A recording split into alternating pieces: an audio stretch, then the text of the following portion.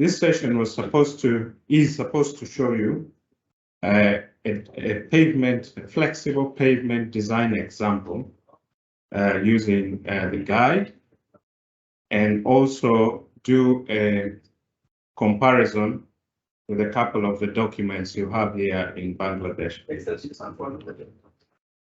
Now, the presentation will have an introduction and the task which we had to do, that's the design which we had to do. It will show or discuss how to carry out uniform subgrade sections, to determine uniform subgrade sections, and design foundations, and then the pavement layers, and a comparison with the Bangladesh 2005 guide. Now, there are two main pavement design methods that we all know. The empirical method, which mostly relies on the use of catalogs, and then the now ever-growing mechanistic empirical method. We know that the empirical part is based on experience in similar climate, materials, and traffic conditions, and they should be applied within that context. But we also know that truly they are not any purely empirical methods, because most times there is extrapolation. For example, the Asher road test only undertook about, I think, 4 million equivalent standard axles was the maximum that actually those loops endured. However, it's extrapolated to several millions, maybe up to 30 or 40 million from that extrapolation. So it's not purely empirical in that sense. It's also not purely empirical in the sense that now, much as the AASHTO documents do warn you that they were applicable for those set of conditions, they're used in different states. They were used in different states of USA that had completely different conditions, different climate, different subgrades, and they've been used outside the US in so many much more different conditions. So it's never really truly empirical. Now, I will dive straight into the worked example. And for this, I've set a simple task. That is, if you have a 16-kilometer trunk road or primary road, is to be designed on a new alignment, so it's not rehabilitation. Samples of the subgrade have been taken at appropriate depths to match the vertical alignment and profile. The samples were tested in the laboratory, and the 4-day soft subgrade CBRs have been provided. As a pavement engineer, you have to design and provide at least 2 pavement design options for this alignment for a design traffic of 51 mesan. Now, further to that, in your project area, it is assumed that you have a capping material or an improved subgrade material of CBR 15, and you've got a material suitable for subbase of CBR 30. And you're informed that cement is also available in the project area. Now, asphalt concrete has been chosen as the surfacing, and the task is to provide at least 2 design options. Part of the task has given you the CBR taken at various changes, so that you, as the design engineer, you should make use of that. Now, in the Road Note 31 design process, I appreciate it may be different from your design process in detail, but similar in broad sense. The step 1 is to determine the uniform sections and the design subgrid classes. The second step is to actually provide a foundation, that is, provide the capping options. And after that, you now provide the pavement layer options and you specify the materials. Now, let's look at how to define the uniform subgrid sections. Within that, there are also steps. And one of the methods we included is the use of cumulative sums, also known as abbreviated as Q-sums. It's not a new method at all. It's been used for years or decades, perhaps. And the first step, you calculate the mean of the values of the CBRs. I'll show you just in a short while. And the cumulative sums of the difference of the means, of these values from the means. Then you plot a graph of the cumulative sums so that you get a visual perception of how the characteristics are behaving over the section length. Then you determine the chain edges where the uniform sections occur, and you select your reliability level. And for trunk roads, you may want to go for 95%, at least 95% level of reliability. For other roads, you can go for 90%. For the very low volume roads, you may even go as low as 80%. I've actually seen some documents going as low as 50%.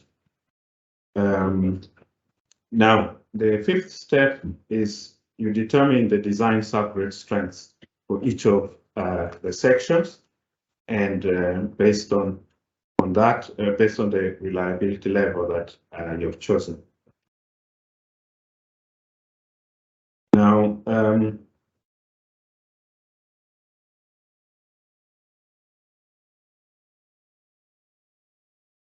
trying to link to an Excel spreadsheet.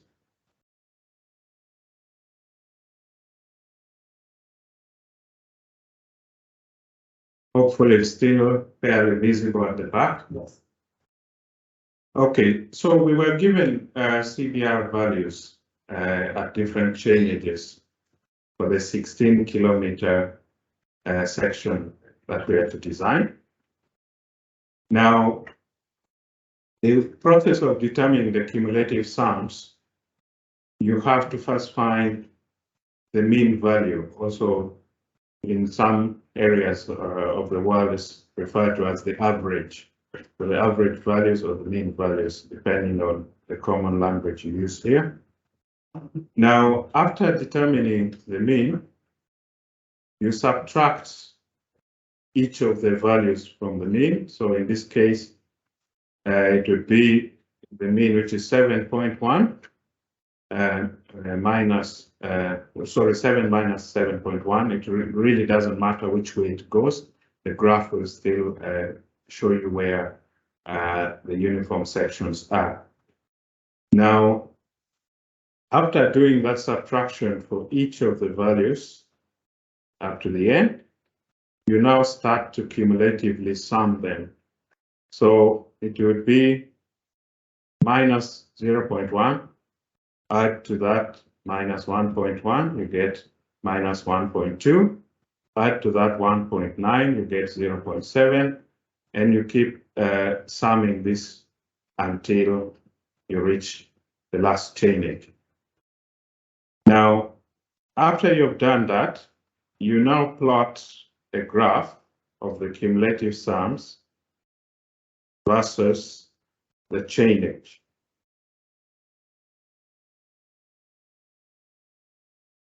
So a plot of the cumulative sums on the y-axis and the chain edge on the x-axis. And you'll produce, in most cases, graphs that will have some variations and points where there's inflection, that is a change in the gradient significantly. If it so happens that you get a graph where there is no significant change in inflection, then it means you're basically looking at one uniform section. But in this case, you can see that at about this point here, which is about 6.5, the graph suddenly takes on a different gradient going up. Then at about 10, it suddenly takes on a different gradient going down. So each point where there is this change demarcates a significant change in the material properties, in this case, the subgrade properties. So based on these points, I can see that there are at least 3 uniform sections within this 16-kilometer length of road. Now, having determined these sections, these points, for each of the sections, I now determine the representative subgrade strength or the representative subgrade CBR. You can use the method even if you are using a resilient modulus of the subgrade or whatever measure of subgrade strength that you may want to use. There are also other agencies that rely first on engineering geology classification first. That is, they demarcate the sections based on this engineering geology soil description, whether you have clay, sand, well-graded gravel or something like that. They demarcate the sections based on that, and that's it. So that's also another method that you can use. Now, because of the reliability that we have chosen, in this case, 95%, which is represented by 0.95 as a decimal, it will take the 95th percentile of the CBR values. In fact, sorry, it will take the 5th percentile because you want to say that your road is, your section is going to be 95% reliable. So you're allowing for 5% level of failure in this case. So in reality, you're taking the 5th percentile of these values.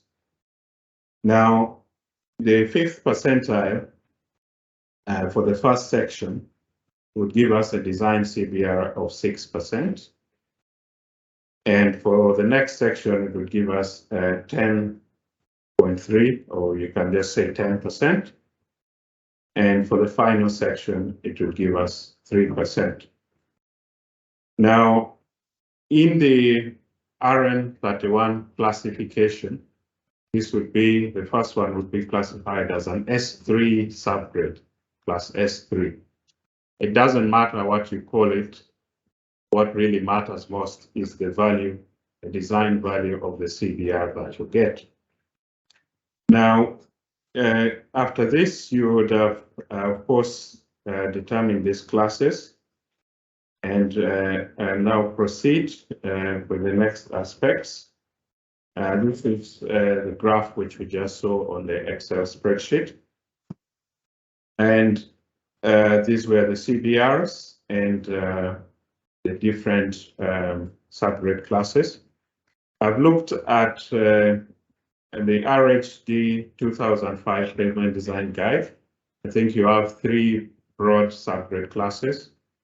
The RN31 provides for up to 6 subgrade classes, but the last one, S6, is rarely encountered. Now, we proceed with the next step because we now know our subgrade strengths. The next step is to design the foundations. Now, the foundation in the morning said was basically the combination of the capping and the native subgrade in most cases. But in some cases, it can, where you have strong subgrades, it is just the native subgrade. Now, the purpose is to ensure that the pavement layers, that is the subbase, base, and surfacing, have adequate support. And if these layers have adequate support, then it minimizes the thicknesses or the structural requirements of the pavement layers. And if you minimize that, in most cases, you would have minimized the road provision costs. So there is definitely benefit in having strong foundations if you can, where you have materials available to make them stronger. There is benefits. Now, we can ask ourselves, what capping options would you adopt to bring all sections to an F2 foundation class using the available materials, in our case, as material CBR 15. Now, all these foundation classes, F2, F1, whatever, are included in the guide, but I'll try and open it and see where we can, if we can take a look here.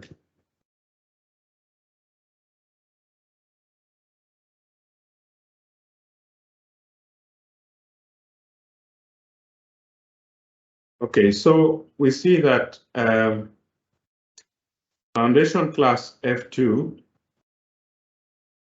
is equivalent to an S4 subgrade. An S4 subgrade would have a CBR ranging between 8 and 14. So if you remember, for our first section, the design CBR was 6%. Now we want it to behave as though it has a CBR of at least 8. So we are adding some capping on top. Now, below here, there are options for converting these, or options of providing capping, so that you can get a certain desired behavior. And the various options start off with what you have as the native subgrade classes and the capping options in terms of the material class and the thicknesses. In some cases, you can choose to go for 2 layers of cappings to get to these levels. Allow me to go back to the presentation. So if you have, according to those tables, if you have something of CBR 6 or an S3 in this case, and you wanted it to turn into a material of, you wanted the system to behave like an S4 subgrade, which has 8 to 14% CBR, you would add 150 millimeters of CBR 15 material on top of that native material, and it would now behave as an S4 material, which in our case we are saying is a foundation class 2. The next section is already an S4, so you don't need to do anything to make it behave like an S4. And the last section has CBR 3, and you need to do something to it to make it behave like an S4. In this case, you add 250 millimeters of G15. I was told that there has to be a hard stop at exactly 1240, and I think we have only a few seconds to S4 to 1240. We shall continue with this after lunch to the end. We are starting now.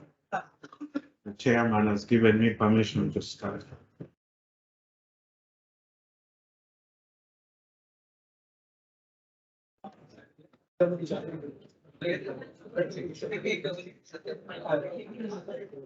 Okay, let us resume. Before we broke for lunch, we were doing a design example, and we have just seen the options available for providing capping to achieve an equivalent S4 subgrade class from the various subgrade classes. Now, after defining the subgrade classes, the foundation classes, everything becomes quite simple, and you can actually do a similar exercise, but now you define foundation requirements or capping requirements to achieve a higher class, which means you provide stronger capping material to get to a higher equivalent subgrade, so that you have a stronger support for the upper layers. Again, using the same tables, you'll find we've provided options of getting to that level. In this case, you have thicker materials, you want to go to the highest subgrade class that's available in Road Node 31. With the foundation classes already decided, the thicknesses of the pavement layers becomes very simple, because we've got a catalog-based system. You just go and read off what the foundation class you've selected is and the traffic level that you've defined. Just to go back a step.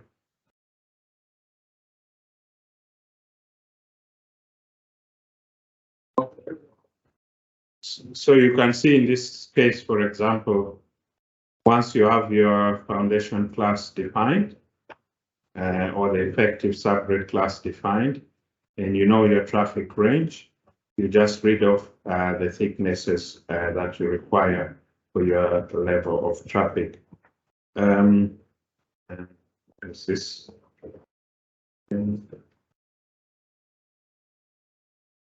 So using that approach, there are several charts in the guide, depending on what material combinations you want to go for, from which you can select. And in this case, I chose to use chart C2. I don't particularly remember why I chose chart C2, but it's one of the charts available.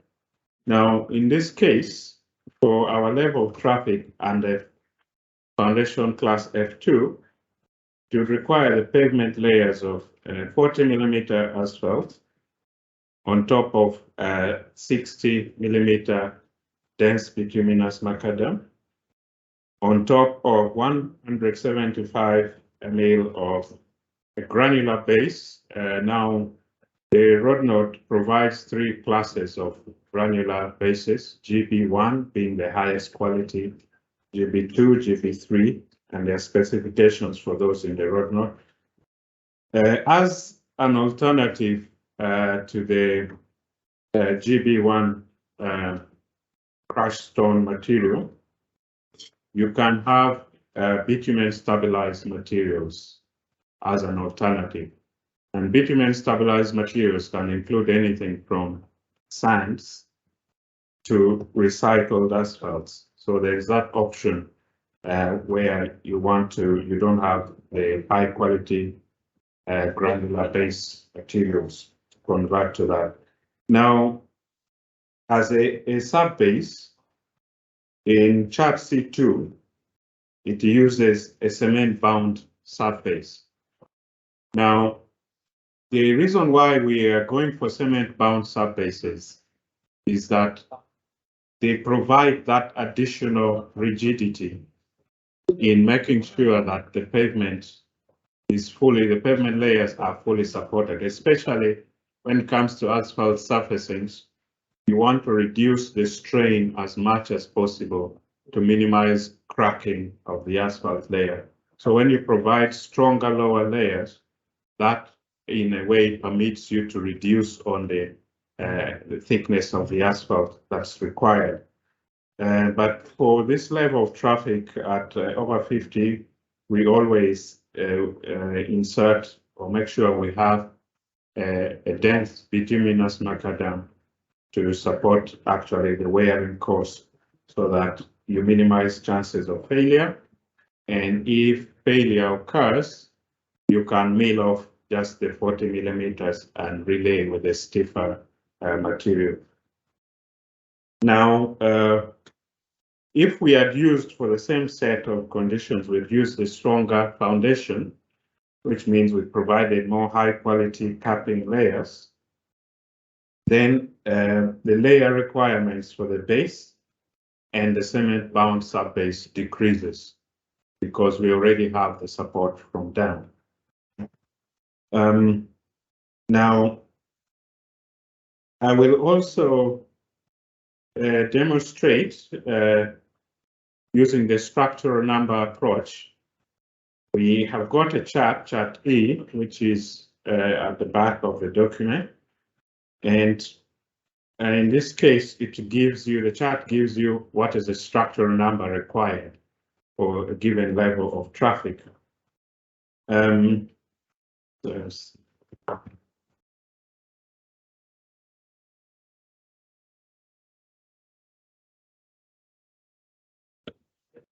So it's a similar system with the foundation class here and the traffic levels here and the required structural numbers that you need to get there.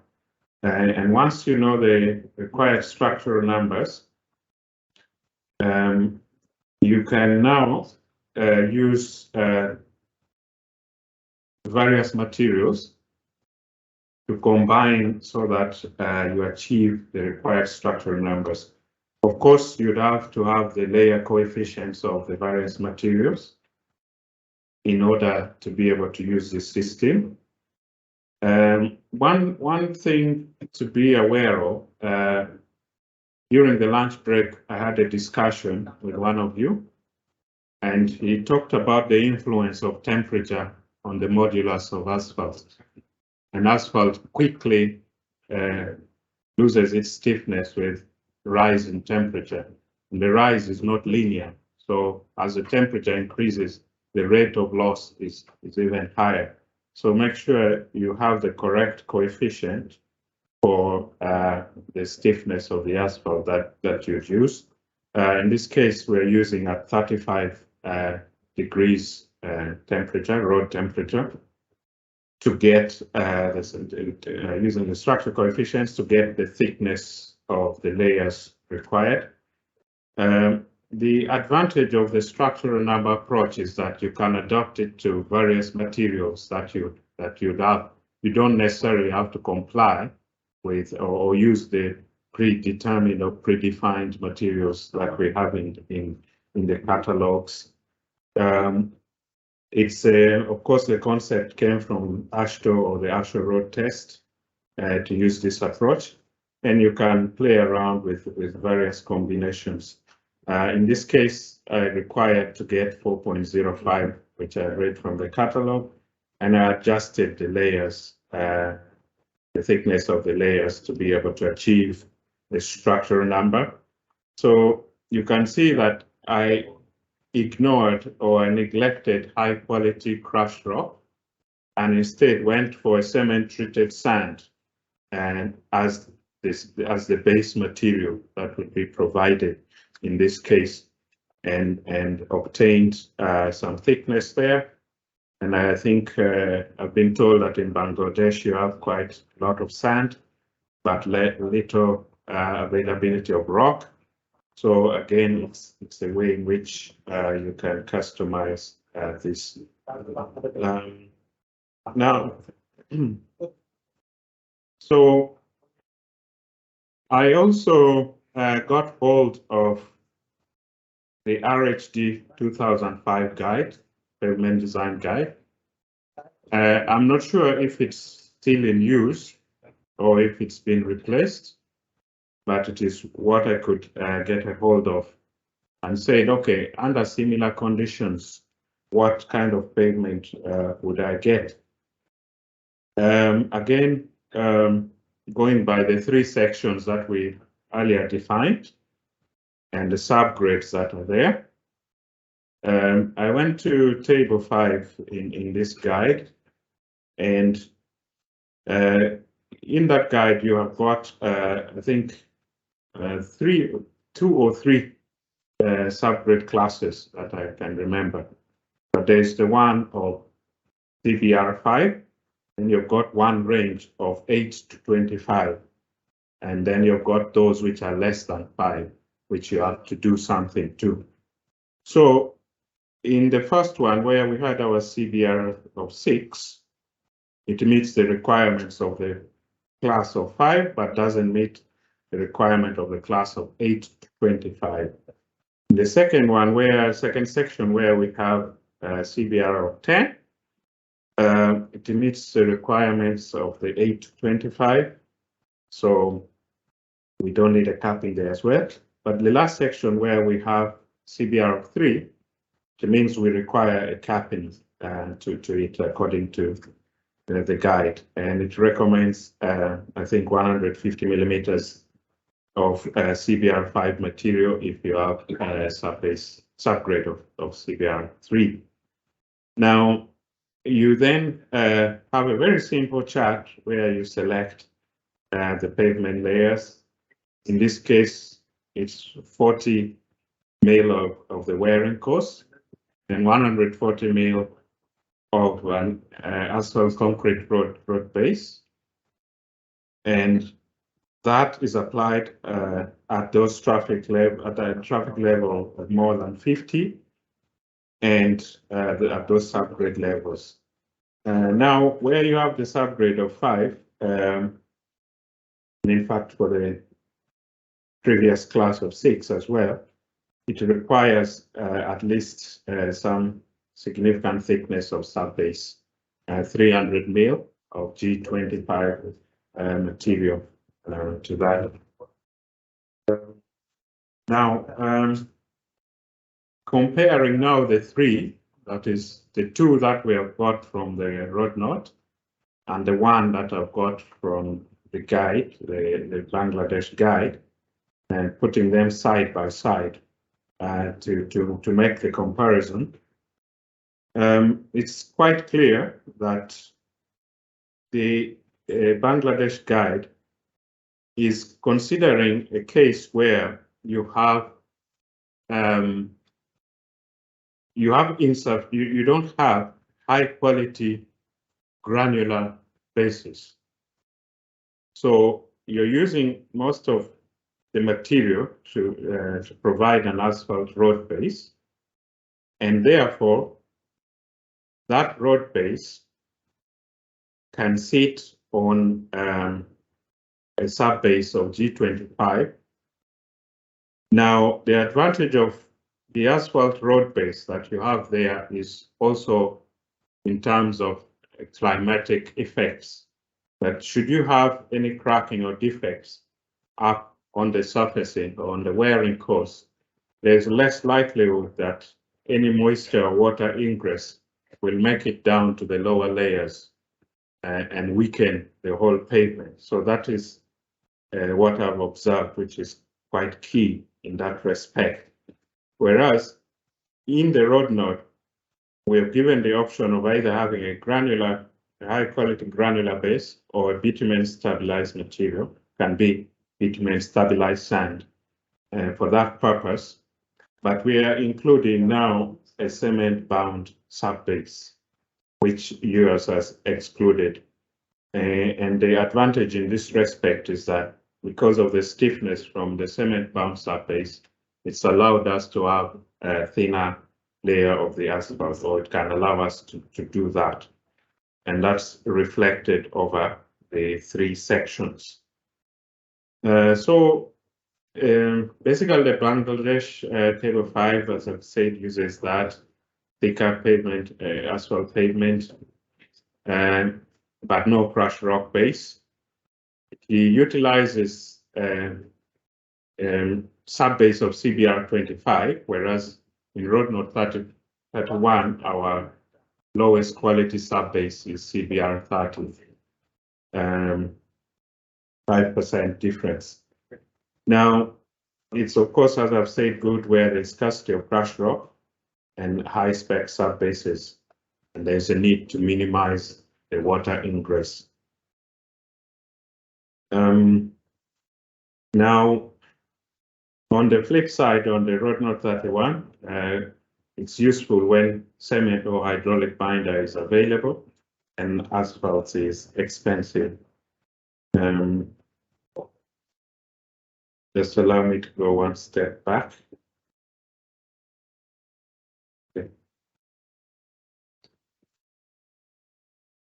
So all of this, of course, provide additional options for any designer.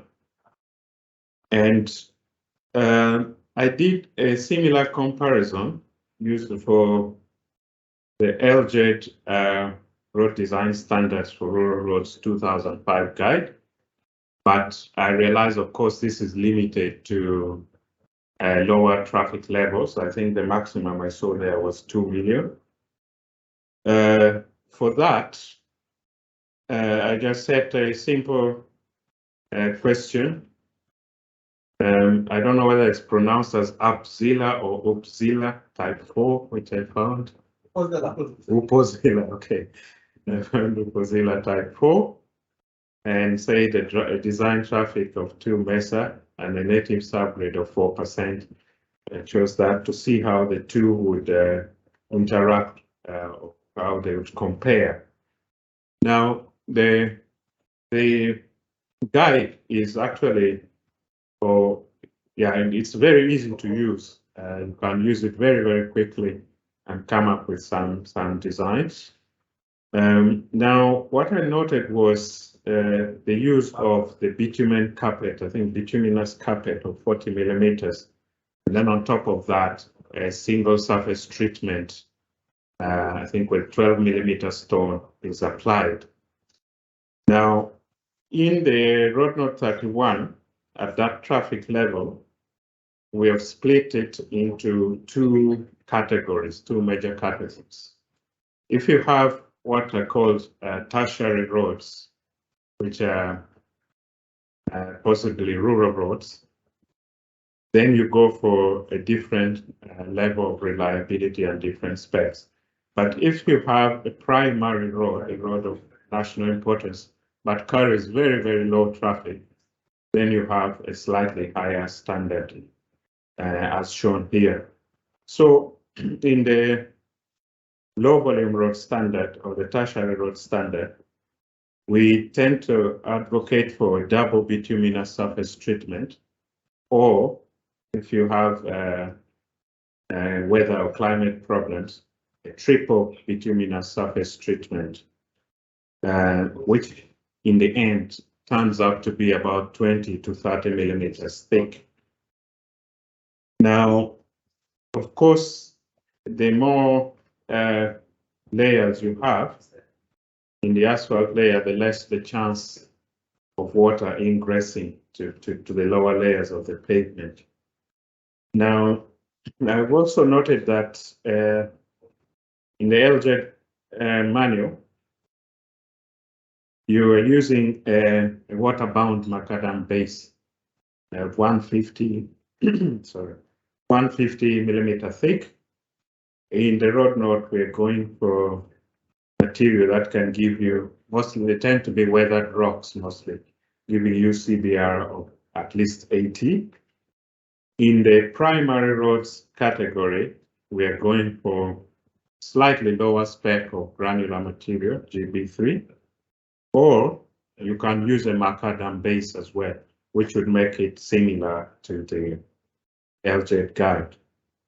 Now, interestingly, the LGED guide specifies a subbase of G30, not G25, and the road note as well, G30. There's a difference in the thickness requirements that are specified for the subbase between the two documents.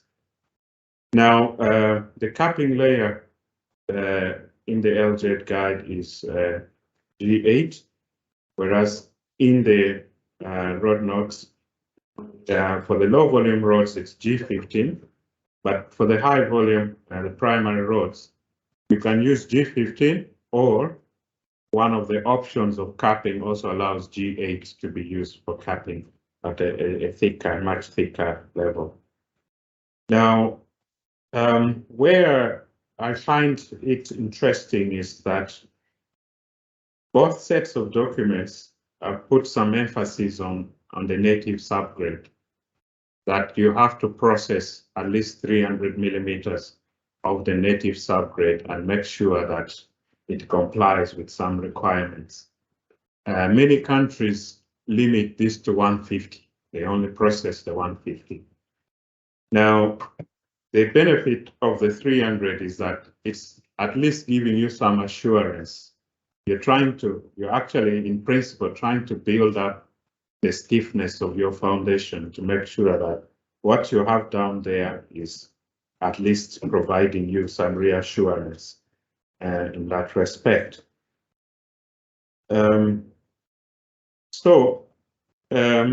Just going to the conclusions, you can try some of these exercises back home and change a few variables and see how it compares with what you have. You can also try one on overlay design, but I have the solutions which will be given to you anyway, so you can just go through the solution instead. So in conclusion, the design process by use of the catalog system is simple if the right steps are taken. We believe that the Roadmap 31 adds pavement design options to Bangladesh and other country pavement design manuals. When several options are available, the designer should, of course, do some other evaluations like economic evaluations, materials assessment, construction capability, quality control capabilities, and so on, before deciding on what options to go for. Once again, I stress that it's not in any way designed to replace your documents. It's designed to give you options that you can use to come up with something appropriate. Local knowledge should never be ignored at all. It must always be taken into account, because the local knowledge that you've built over the years cannot be replaced by foreign knowledge. That's a fact. So I think I'll take questions, and then I'll have another recorded presentation, but John is online, I presume. Then he will respond to any questions. He's going to do an example using mechanistic empirical design, and then I will show you some steps to rationalize any designs that you come up with. Yeah, thank you for that.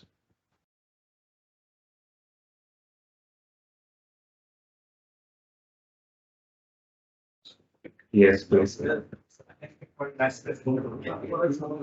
your overview,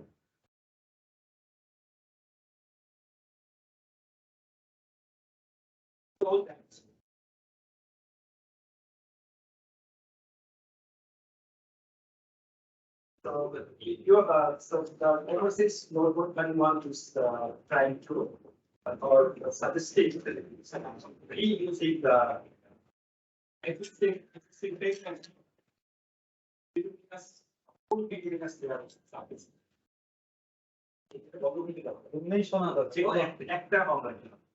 Okay.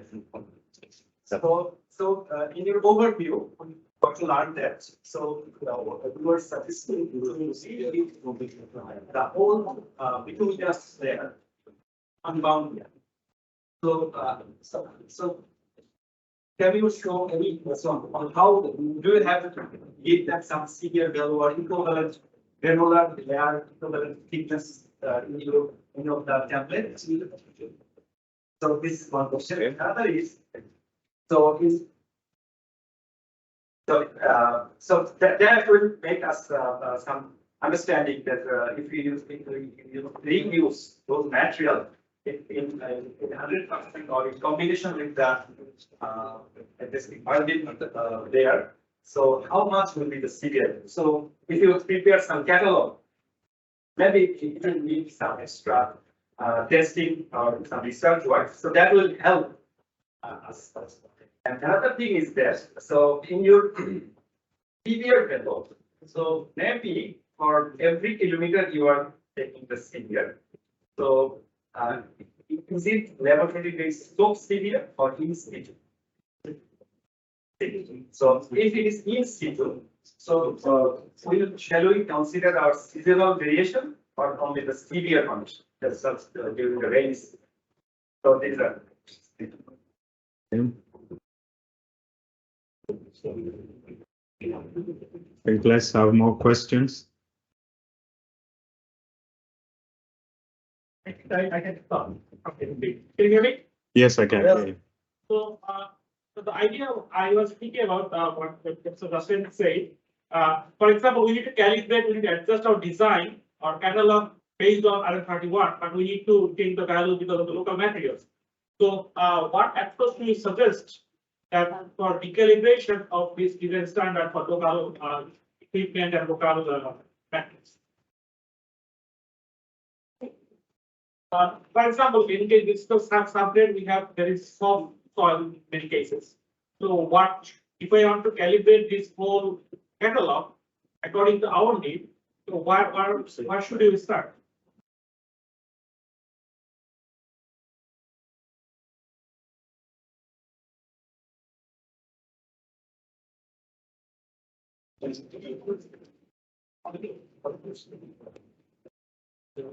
Okay, any more? Okay, you can start answering them. Okay. Okay, so it can. Yeah, basically the first question was the use of recycled materials and a catalog that would incorporate the recycled materials because they will respond or their strength will be different to that of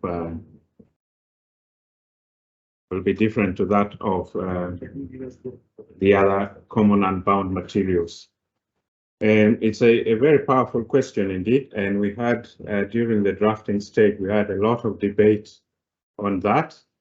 And we resolved that at that stage, the specifications that we give should at least, or they should actually be complying with the specifications of the unbound materials. They should not have their own specifications because you're taking them, in our approach, we're recycling them to be used in the unbound layers. Now, if we are recycling them using bitumen stabilization techniques and using them in the lower layers, then they have to comply with the requirements, the characterization requirements for the bitumen stabilized layers.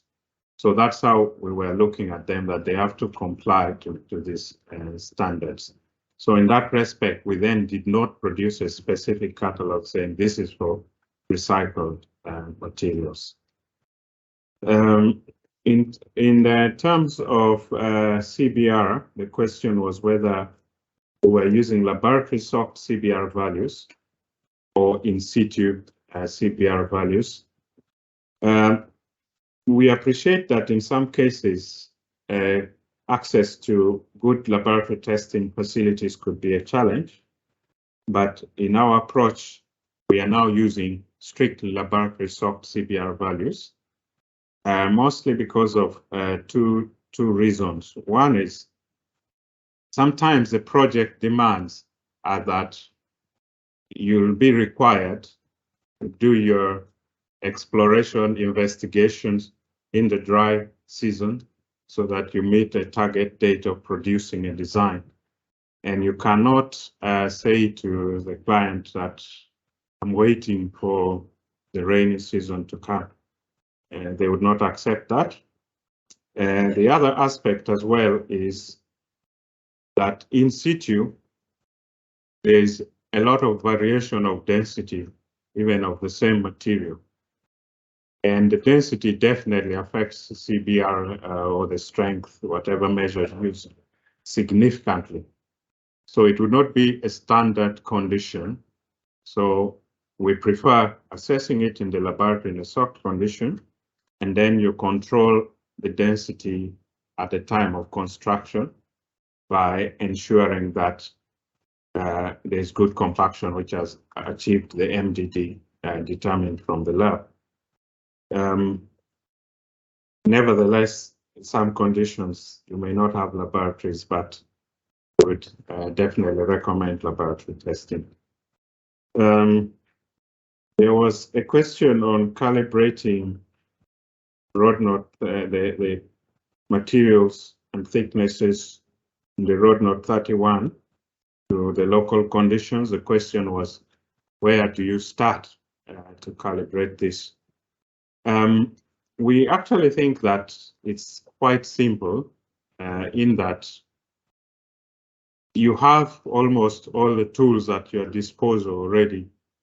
One of the simplest is, of course, the structural number approach, where you can convert your thicknesses or your material strengths into the RN system and find out, okay, how much more would I need?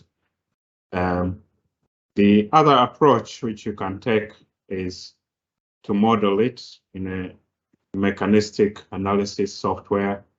You model it, you put the materials there, the various characteristics we have at the back of the road knot 31, the various characteristics which we have used, and you can model that against yours. Presume the laboratories here, they have already actually characterized most of your materials. And then you can model that and see how they would relate. The more difficult approach would be to build a section somewhere on your road using your normal practice and then build one, say, if we use road knot 31 as it is, how does it behave? But that could be expensive and may not be permitted by the agency that you're designing for. But if they do permit, it will be quite interesting, I think, to see. Yeah, I think that's the response. I think we have another question.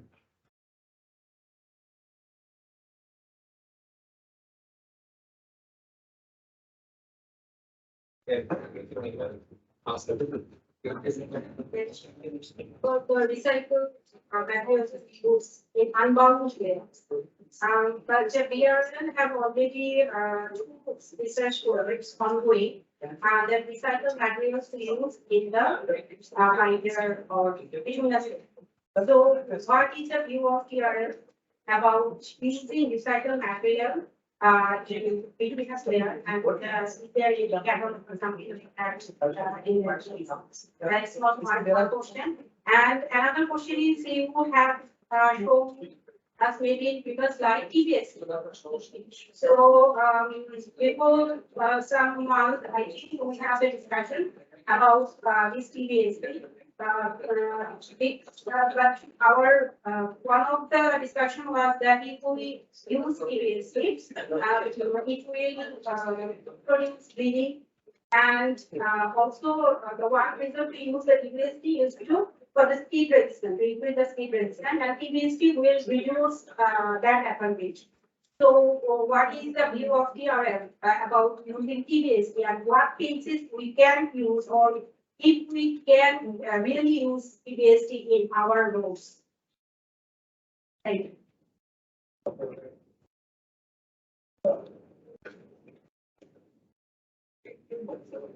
Okay, let me respond to that as we wait for more. The view, I appreciate, first of all, the research that you're doing in trying to see how you can use the recycled material in the bituminous bound layers. And that research is important and should go on. Now, the view we took when we were preparing the guideline was that at the moment, the research is still ongoing in this field. And the quantities so far which are being incorporated in the new layers are still quite small. Many of the research is not taking a substantial amount of that recycled material and reusing it there. Now, the other factor which we considered was the aspect of quality control, which Dr. Mamon stressed in the morning, the quality control required to achieve what you'd have idealized in the laboratory. And we thought that possibly it's not yet ready for inclusion. And we'll leave it for a while for the research to build up, and then at some point incorporate it. But that research should continue because it's needed for this purpose.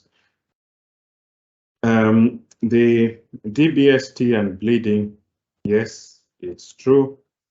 Doing DBST, having spoken to a number of contractors, they say doing asphalt is easier. It's easier than DBST, and they prefer asphalt a lot. Sometimes they prefer it because with the asphalt layer, you can cover up your mistakes in the lower layer very easily, and nobody will detect that your base was very regular and maybe deficient of certain parts and so on. So they prefer that in some circumstances or many circumstances. Now, when it comes to the DBST, there's usually a challenge for the contractor. They'll either build one that is going to ravel, all the stone gets lost because it's devoid of bitumen, or they'll build one that's too rich and the bleeding then occurs. But we believe now that there's a lot of good guidance out there on how to design and build good DBST. And that guidance, we think if it's enforced with sufficient quality control, you'll get just the right amount of bitumen to use. The imagination, or what usually tends to make these roads bleed, is as you're constructing, it would appear as though you're putting insufficient quantity of bitumen. And that's because the stones have not yet rearranged themselves. And the moment they rearrange themselves, if you had increased any binder bitumen, it's going to bleed.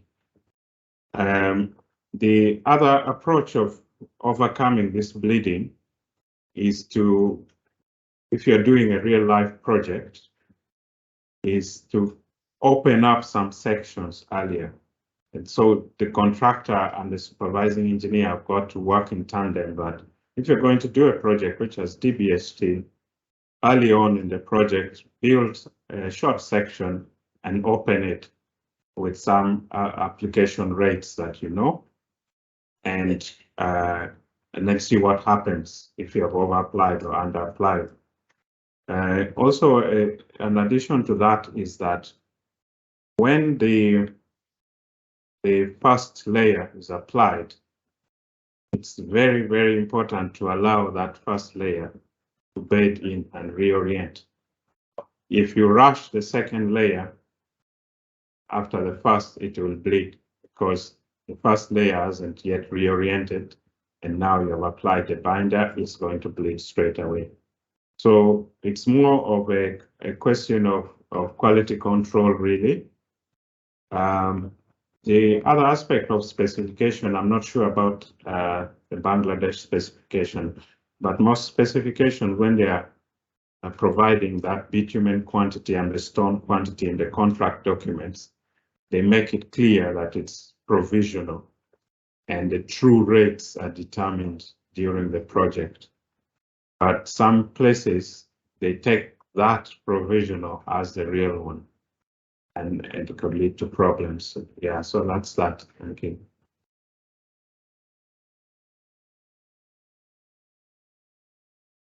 Okay.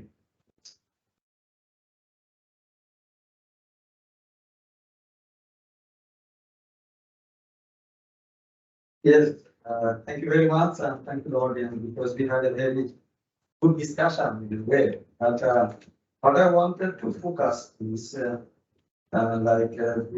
data we collect. Yeah, Like for example, we give a presentation from selecting the homogeneous space of gold or selecting a different or different type. Yeah.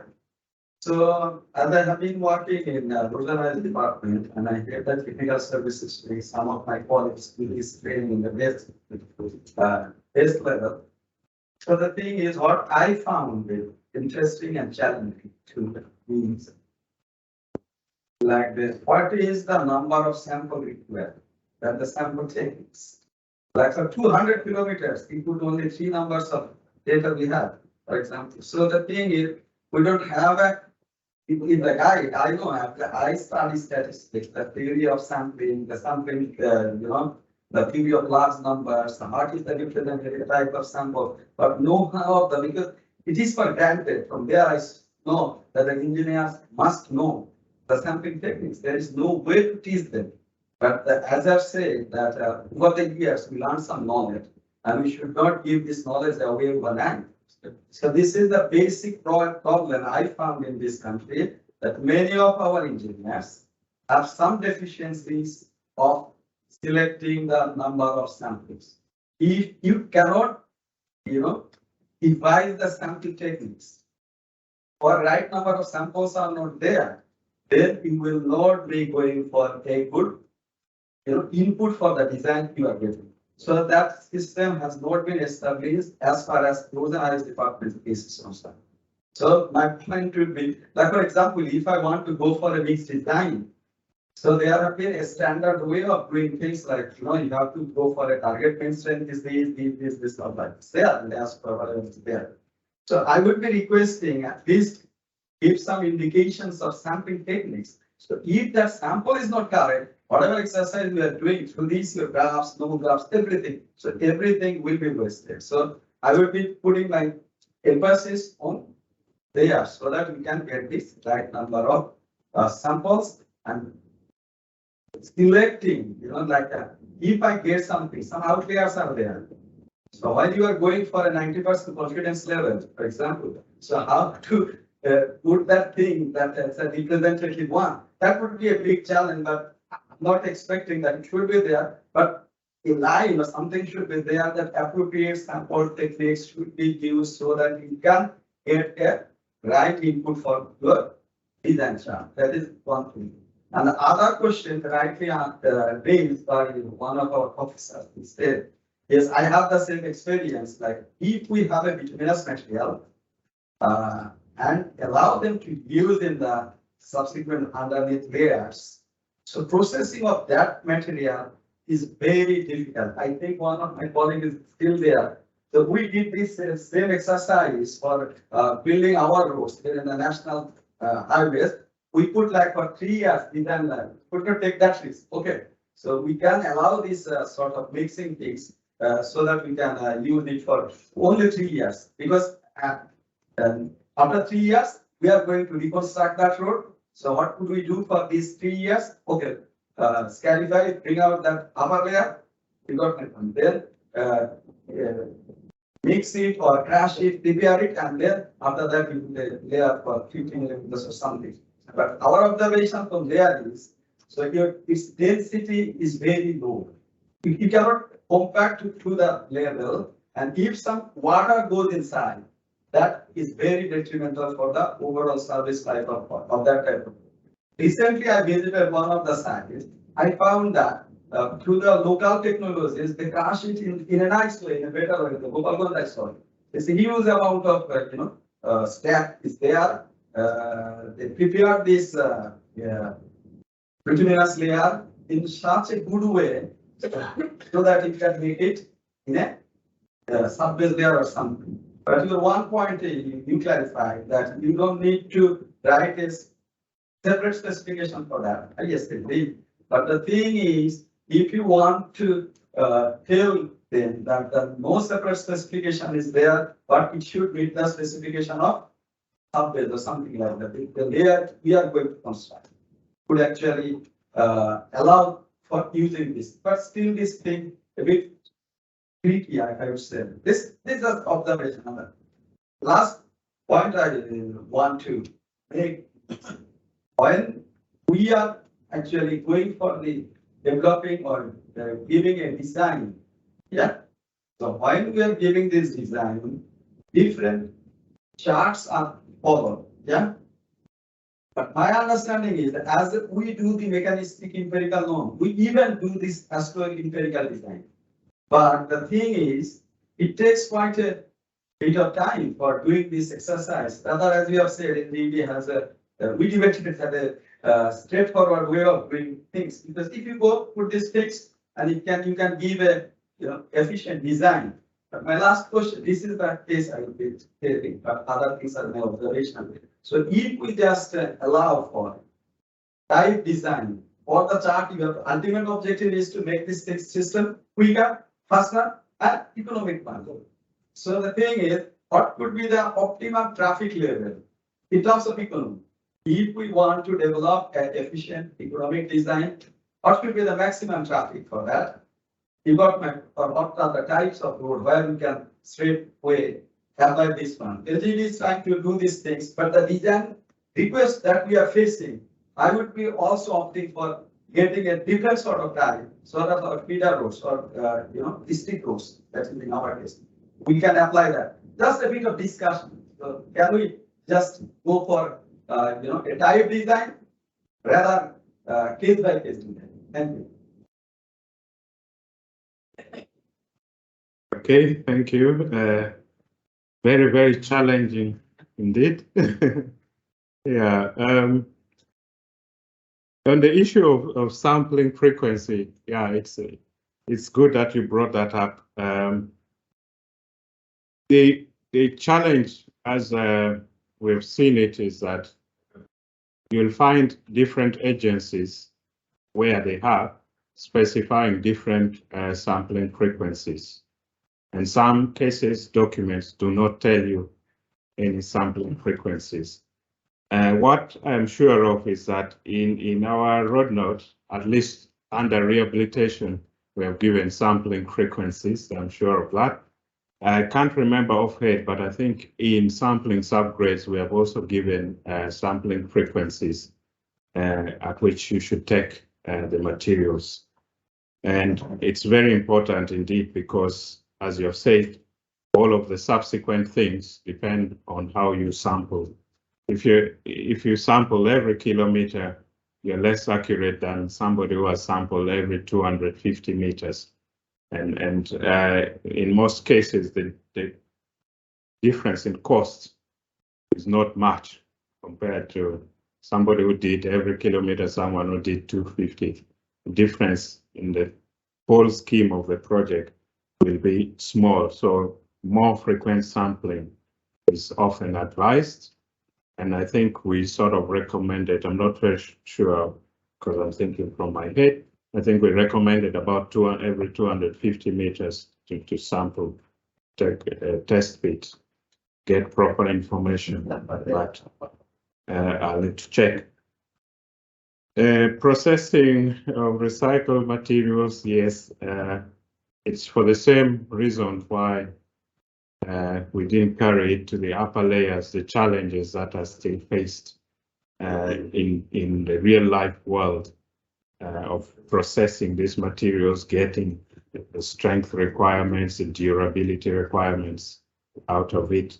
It's really challenging, and it's a construction thing.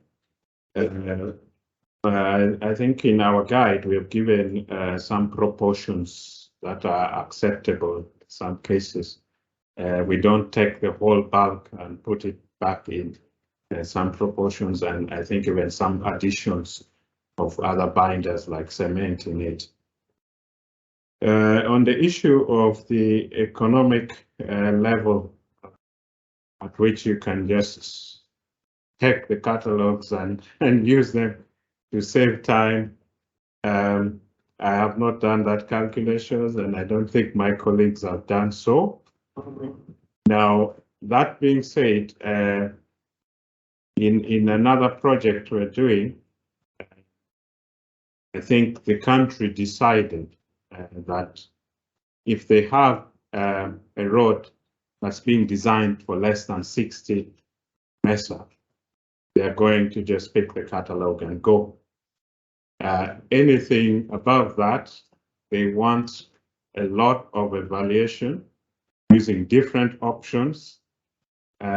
Even for the mixed design of the asphalt layer, you have to do the so-called extended Marshall, you have to do the super pave, you have to do wheel tracking, so many other different options before you select because of the criticality of the project at those higher traffic levels.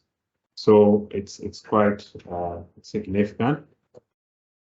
Chairman, if you will allow me, maybe I will get the next presenter on to do an example of mechanistic empirical design. Nigel, could you just check if John is online? I'm going to play his presentation, and then after that, he will have to take some questions and comments.